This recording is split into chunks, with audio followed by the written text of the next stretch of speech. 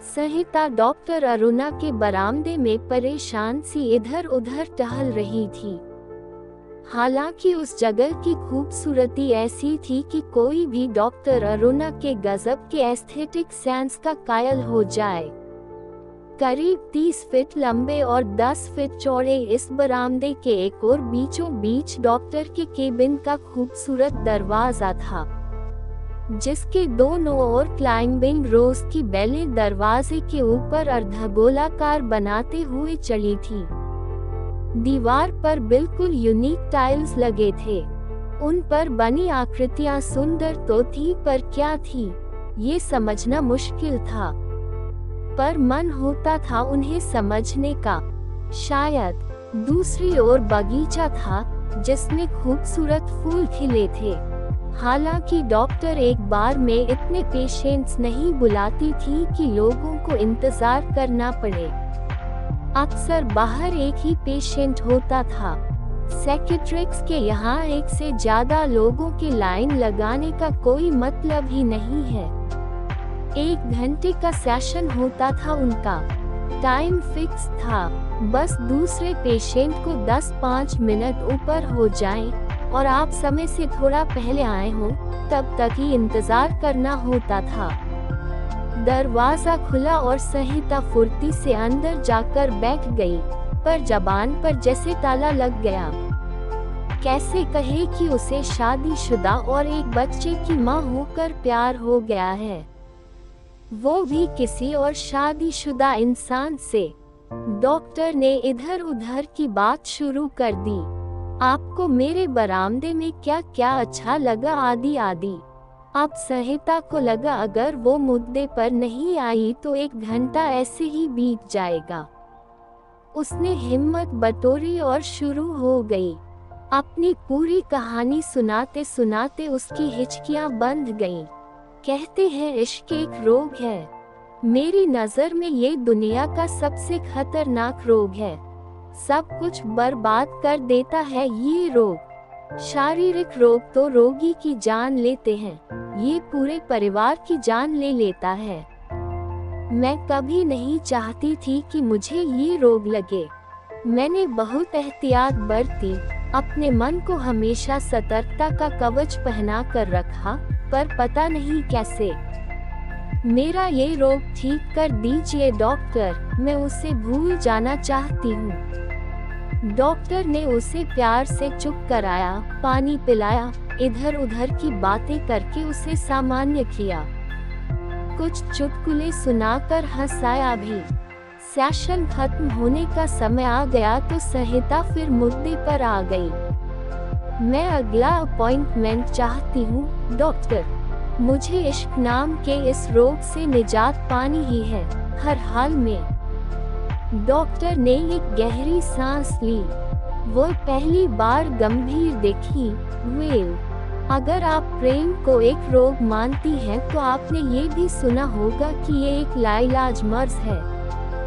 हाँ, पर ये भी सुना है कि फर्स्ट स्टेज में पता चल जाए और सही ट्रीटमेंट शुरू हो जाए तो हर रोग ठीक किया जा सकता है। इसीलिए तो अपना मन भांपते ही मैं सीधे आपके पास आई, एक मनोचिकित्सक के पास। संहिता की हालत देखकर डॉक्टर को हाँ करनी पड़ी। ठीक है, लेकिन आपको एक अच्छे पेशेंट की तरह मेरे प्रिस्क्रिप्शन पर पूरी तरह सख्ती से अमल करना पड़ेगा। पापा की दूसरी पत्नी अनाया आंटी बहुत खुश हो गईं। तुम्हारी पसंद तो मुझे पता है, दामाद जी और बिटिया की भी पसंद बता दो। वो लोग पहली बार आ रहे हैं तो वो लोग नहीं आ रहे, मैं अकेली ही आ रही हूँ। संहिता ने बमुश्किल अपना स्वर कटु होने से रोककर बात बनाई। ये टूर पर शहर से बाहर गए हैं और रिया अनाया आंटी ने उसकी पसंद की बहुत सारी डिशेज बना डाली थी। हमेशा की तरह वो संहिता का ख्याल अपनेपन से रख रही थी। पापा भी आगे पीछे लगे थे। संहिता के लिए पहले तो बहुत मुश्किल हो गया वो सब कुछ करना जो डॉक्टर ने कहा था, पर उसने मन कड़ा किया। क्योंकि अगले सेशन से पहले प्रिस्क्रिप्शन में लिखे स्टेप्स पूरे करना जरूरी था। कुछ दिनों पहले मैं एक प्रॉब्लम के कारण मनोचिकित्सक से मिली। वो प्रॉब्लम मैं अभी नहीं बता सकती, पर उससे निकलने के लिए डॉक्टर की सलाह के अनुसार मुझे आप लोगों से पूछना है कि आपको प्यार कैसे हुआ और कैसे वो उस मुकाम तक पहुंच गया कि आखिर जब संहिता को समझ नहीं आया कि बात कैसे शुरू करे तो उसने सीधे सीधे कहा। उसने सोचा था वे लोग या तो गुस्सा होंगे या बात टालने की कोशिश करेंगे, ये कहकर कि अब इन सब बातों का क्या मतलब है, पर इसके विपरीत वो लोग बात करने के मूड में ऐसे बैठ गए जैसे सदियों से इस पल के इंतजार में हों। उद्धरण चिन्ह ... ऐसा होता है कि कभी कभी बरसों किसी के साथ रहने के बाद भी वो शख्स हमें अजनबी लगता है, और कभी कभी कुछ दिन किसी से बात करके ऐसा लगता है कि हम उसे बरसों से जानते हैं। उससे हमारा मन मिलता है, लगता है उससे घंटों बात करते रहे, उसके साथ पूरी उम्र बिता दें। हमें लगता है कि ये एक केमिकल रिएक्शन की तरह है। कोई दो पदार्थ एक दूसरे में घुलनशील होते हैं, कोई नहीं। बहुत देर दिल की बातें करने के बाद उन्होंने कनक्लूड किया। अब अनाया के फटने की बारी थी, पर सिर्फ इस खुशनुमा एहसास को पाने के लिए आप ये कैसे भूल सकते हैं कि एक और इंसान था, जीता जागता इंसान जो आप और मम्मी से इस कदर जुड़ा था कि उनके अलग होने से दो टुकड़ों में टूट गया। कैसे? काफी देर दिल का गुबार निकालने के बाद अनाया फूटकर रो पड़ी। उसने पापा और उनकी दूसरी पत्नी को बहुत बुरा भला कहा, खूब सुनाया। मन हल्का होने के बाद इस उम्मीद के साथ अपना पस उठाते हुए उनकी ओर देखा जैसे वो अभी उठकर जाने को बोलेंगे, पर वे दोनों तो उसके आसपास आकर बैठ गए, उसके कंधे पर हाथ रखे। अनाया आंटी ने उसे बाहों में कस लिया और पापा उसकी पीठ पर हाथ फेरते रहे। हो सके तो हमें माफ करके देखो, शायद तुम्हारे दिल का दर्द इससे कम हो जाए, वो बस धीरे धीरे बुदबुदाने की तरह कह रहे थे। अगले हफ्ते मम्मी और उनके नए पति के साथ विजिट थी। योहान अंकल और मम्मी ने भी वैसा ही स्वागत किया। ये मुलाकात भी पिछली मुलाकात की तरह प्रोडक्टिव रही। संहिता ने डॉक्टर की शर्तें पूरी कर दी थी। आज वो फिर उनके बरामदे में टहल रही थी। वो ये सोचकर खुश थी कि आज तो डॉक्टर उसके प्रेम रोग का इलाज कर ही देंगी। तभी उसका ध्यान टाइल्स पर गया।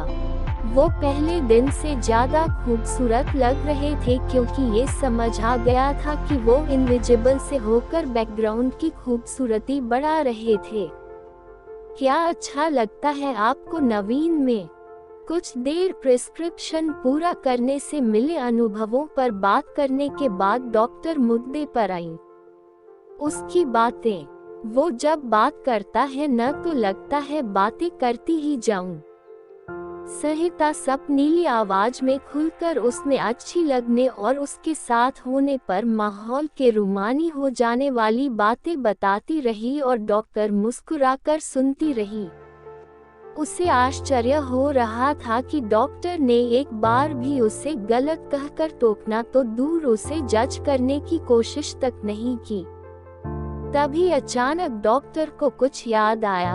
अरे संहिता जी, आप इंटीरियर डेकोरेटर हैं ना? मेरी एक प्रॉब्लम सॉल्व करेगी। हाँ कहने पर वो उसे अपने घर के अंदर ले गई। लिविंग रूम में, किचन में, हर जगह बेतरतीबी थी।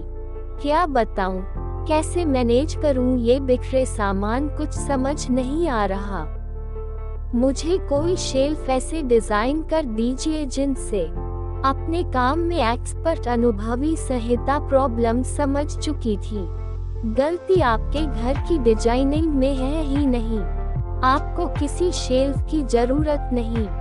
आपने एक बेसिक गलती की है। स्टोर रूम है आपके पास, पर उसे खाली क्यों छोड़ रखा है मेरे समझ नहीं आया। ये सारा सामान स्टोर में रखने वाला है। मैं देखती हूँ लोगों के घर में स्टोर में कीड़े पनप जाते हैं। मुझे कॉकरोच से फोबिया है इसीलिए। डॉक्टर ने ऐसे कॉकरोच के नाम से ही उछलते हुए कहा कि सहिता खुलकर हंस पड़ी। अरे आप कैसी मन की डॉक्टर हैं? एक डर का इलाज करने के बजाय आपने इतनी प्रेशियस जगह खाली छोड़। पर डॉक्टर को अर्थपूर्ण ढंग से मुस्कुराता देख उसका वाक्य अधूरा रह गया। उसे बात कुछ समझ आ गई थी।